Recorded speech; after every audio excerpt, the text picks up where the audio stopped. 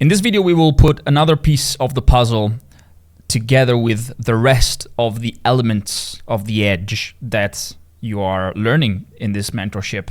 And specifically, we're going to talk about the so-called business zones, which are going to be the zones that we're going to keep in mind where we're going to look for trades following the trading modules that you are going to learn in the next modules. Now, let's draw a volume profile and assume this is the value area high and this is the value area low. We will consider the area around the value area high and value area low.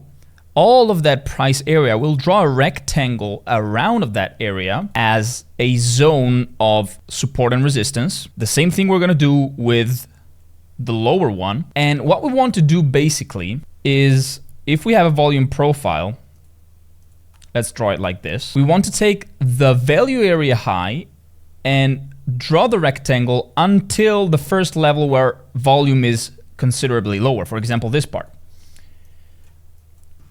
We start at the value area low and we go at the nearest drop in volume, okay, or low volume node. This is going to be the upper business zone. The same thing, we're going to do it here. We're going to take the value area low and draw it until the first serious drop in volume, so here, and this is going to be our lower business zone, okay? So we don't just take the reference of the value area high or value area low, we take a slightly wider area considering where is the nearest drop in volume, and that is going to be what we call our business zones. So let's move on into our Deep Charts platform and let's go back in time. Then now we're doing it back in time, of course, because we're explaining, but you are going to see these on a session by session basis in the live sessions that you will see with the whole team. And let's try and draw these business zones. Of course, in some situations, it's going to be slightly higher because you're going to have, for example, the value area high very close to where this area is. So this would be this business zone, let's say, is going to be really, really tight. So in these cases, you might also want to go inside in the best low volume node that you see inside, and this is still a valid business zone. The lower business zone would be this one. So from the value area high all the way to the nearest low volume node, which is here. And this is going to be our business zone. So in the next session, in the next cash session, of course, this is the areas where we're going to monitor price action. Of course, if we open outside here, it's not going to be very useful. Let's do another example here. We have this whole value area. We're going to draw the bottom here. The bottom business zone is this one. This is a valley that we're going to keep in mind because it's going to be likely very defended by buyers. And up here, this is going to be roughly our higher business zone, okay? So in the next session, we will monitor what happens in these zones. So we can just right-click and extend. Also here, right-click, extend. So in the following session, as we can see, we start outside, as we said. We push right up. Then we drop back down. And in this area, nothing really happens. There is a break inside of this area.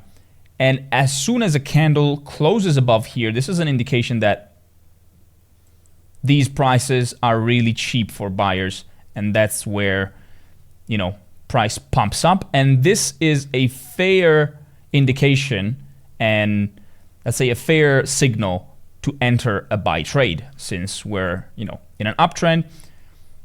As soon as we see an opening outside of the business zone, this is a good indication. Let's make another example, and let's do the same thing with